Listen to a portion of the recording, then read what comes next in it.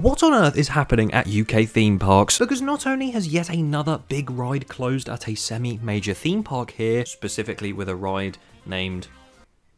I'll explain later. And not only has Merlin Entertainments decided to go back on a very controversial decision they made literally a week ago, but a few of the major parks here in the UK have finally reopened for February half term, and there's been some very questionable things happen, including fire alarms, bad weather, ride delays, and hot dogs. It's been a weird one because all that and even more has happened this past week in theme parks.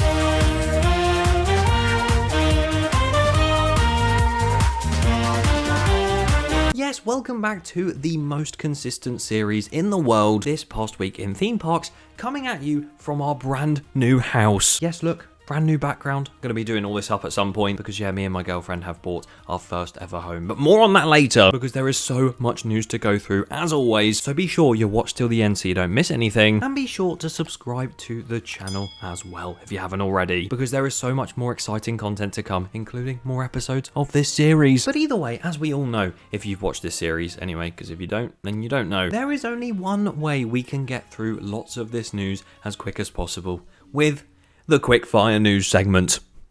Let's go! And we start in the USA. Oh, I can't travel really, can I? Unless I just wheel myself along. Where first of all, over at Dollywood, we have a brand new update on the Night Flight Expedition, thanks to Theme Park Vision and Dollywood themselves, and you can see the track looking very rustic grey, and all of that inside of the warehouse looks very exciting, and I can't wait to ride it at some point in the future. Dutch Wonderland, which you can find east of Lancaster, Pennsylvania, what are we in 3 places at once or something? They have been slowly adding Titan track to their wooden roller coaster Kingdom Coaster around the Helix section. Talking of roller coasters going round and round and round, probably too much, a roller coaster survival thriller film called Invertigo is in the works. Oh dear God. The film follows a group of teens who sneak onto a roller coaster before its debut opening until a system failure traps them hundreds of feet in the air, forcing them to fight for survival. If I got stuck hundreds of feet in the air, I'd just be happy I'm getting an evac. Evacuating, another word for that, is leaving. And a mine train at Silver Dollar City is leaving the park after more than 30 years of operation. After posting cryptic clues about Marvel Cave Mining Co. releasing an announcement, they finally said that they would be retiring Thunderation, which is actually their mine train coaster, scheduled to close on the 2nd of January 2027. Silver Dollar City out here announcing it a year beforehand. Fair play.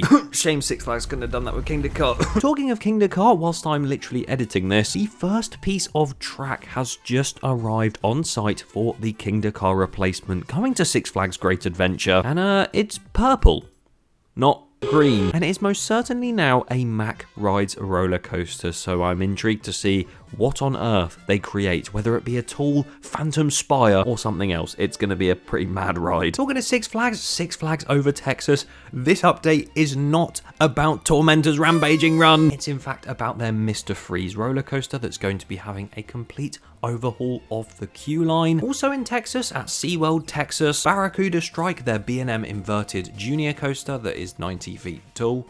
Really junior coaster that. We saw it testing last week, and now that has been announced to open on the 7th of March. As brand new rides go as well, Kentucky Kingdom have been busy putting up Flying Fox, their brand new Vekoma suspended coaster, and that's been going up very, very nicely. As has the COTALand drop tower that has dropped down into the park. As you can see, it's a weird color scheme, this one, but it looks kind of nice. Traveling within the USA, but still a little bit far to Florida. We're over at Epic Universe in Orlando. They have a brand new event space that has had filings made for, in which is going to be on the edge of Celestial Park and cost more than $20 million.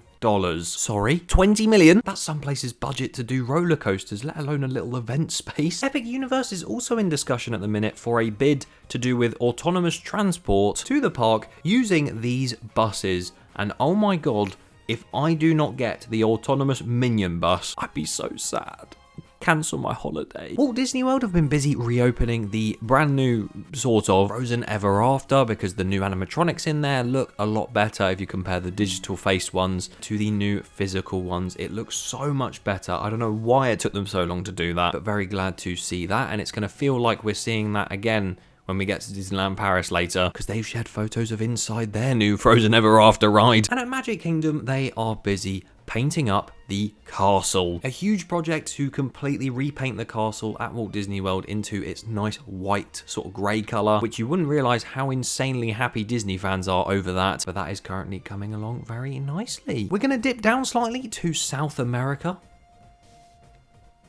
We're first of all in Brazil at Beto Carreiro World, definitely butchered that. They have revealed some brand new details towards a brand new roller coaster, and all we know is that the coaster will have multiple launches, high speeds, acceleration, and the launches will be forward facing or backward facing, altering the rhythm of the experience and reducing the visitors' breathing moments. I don't think the translation has quite worked out there. Interested to hear more about that. And now we're heading to a new country, Uruguay in South America as well, where in my notes I have listed this as Uruguay builds bad roller coaster, because they have just built this small little looping coaster. Oh god. You look at the drop and you think, you know what, that looks okay, and the sort of turns, even that barrel roll in the background. I just don't like the way that that loop looks.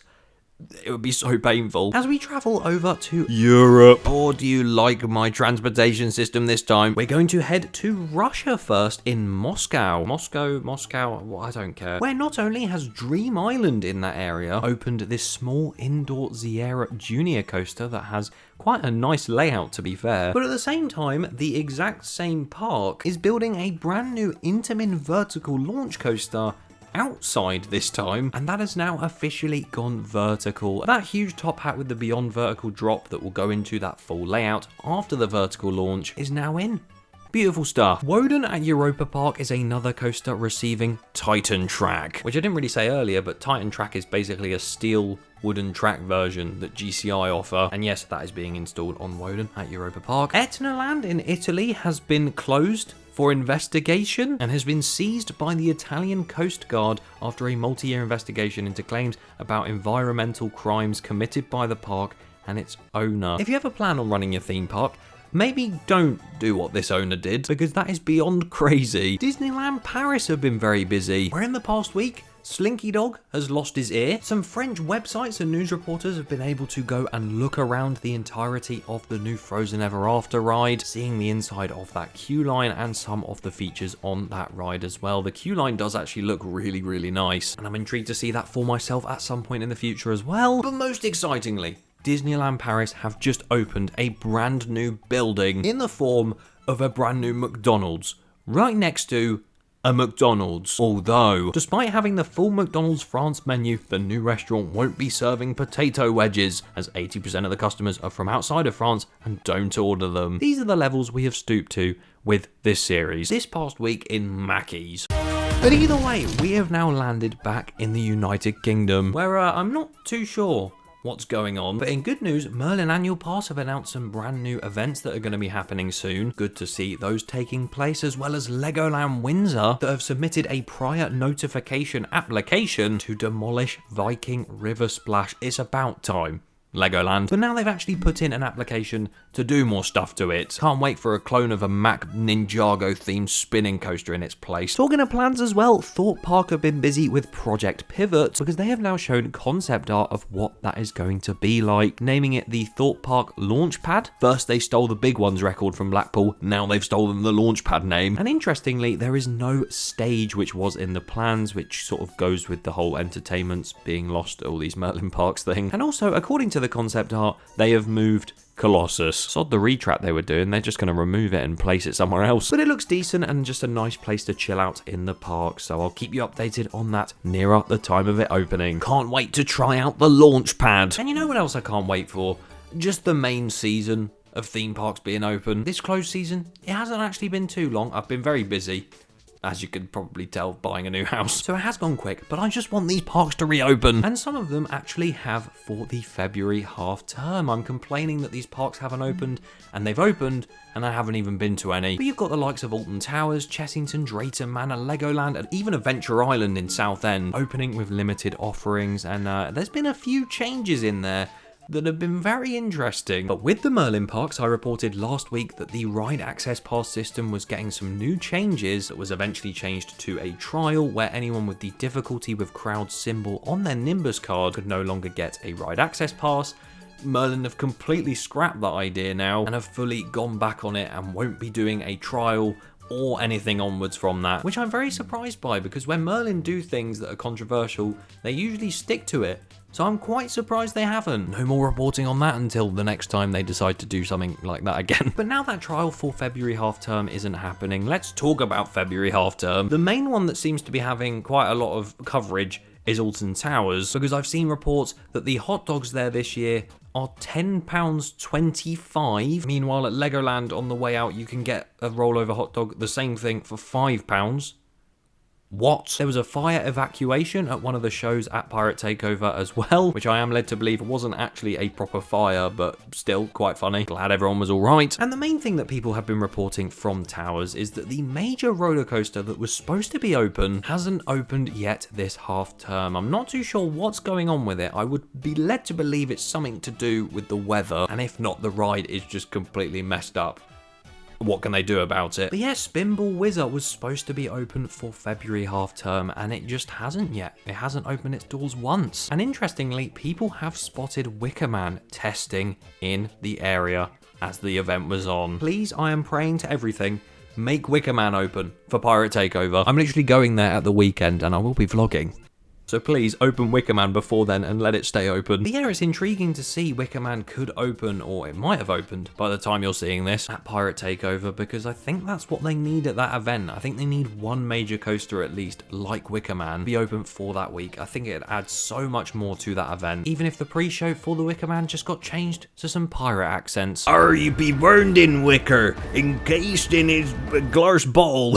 Oh, and also if you want a bit more news from Towers, the Bluey coaster has just started testing, and the train is incredibly long, but more on that in another video. But with Wickerman potentially reopening and Spinball Whizzer being closed, it's not the only ride that's closed here in the UK, but at least Spinball hasn't been pieced up and put in the car park and put on sale. Because that is right, yet again we are losing another UK ride. Are we just going to have one every week close and get removed? What's next? Place your bets in the comments. So the ride that has closed is up at Flamingo Land near Yorkshire, known as Flip Flop. That's why I put a flip flop on screen earlier.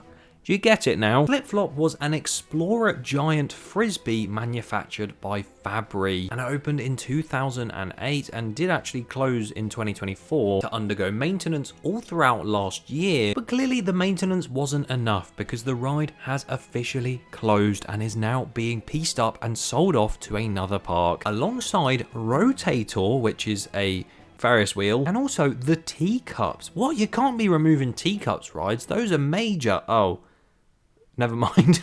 Yeah, shout out to Flamingo Pics. All of those three rides have been pictured in the car parks where you sort of saw Sick was ages ago. The 10 looping coaster, when that was pieced up, it was there as well, obviously being built, not being sold off. But now those three rides, including Flip Flop, have been placed in that car park, ready to go off to somewhere else. And it's really sad, you know, because we don't like losing rides, especially flat rides in this country, and especially at parks like Flamingo Land, where all these smaller parks we know are struggling at the moment. Yes, them selling off rides is getting them more money technically, but at the same time they're losing part of their ride lineup. And who's to say they won't start selling coasters soon? Although there is one coaster at that park I would quite like to see sold off. But yeah, it's just sad to see this ride go. Annoyingly, every time I wanted to ride it, it was always shut. Every time I was at the park. And sure, it's just a frisbee ride. I'm having second thoughts now. I think I have actually ridden this. You know when you look at a POV and you can just picture that being in front of your eyes before? That's what I can feel. Have I been on Flip Flop? I don't know, maybe I have, maybe I haven't. Either way, it's still sad, and for God's sake, we really need to see these rides and roller coasters and even theme parks stop being removed, because at this rate, by the end of the year, we're gonna have no rides left. What do you guys think to all of the news I have covered today? Let me know in the comments below, and make sure you subscribe, because like I've said, I'm in a brand new house now. There is going to be so many different content opportunities. I have so many ideas going forward, and there's going to be so many more videos than normal. So stay tuned, because yeah, I've got the space to do whatever I want now. Thanks for watching, and see you next time.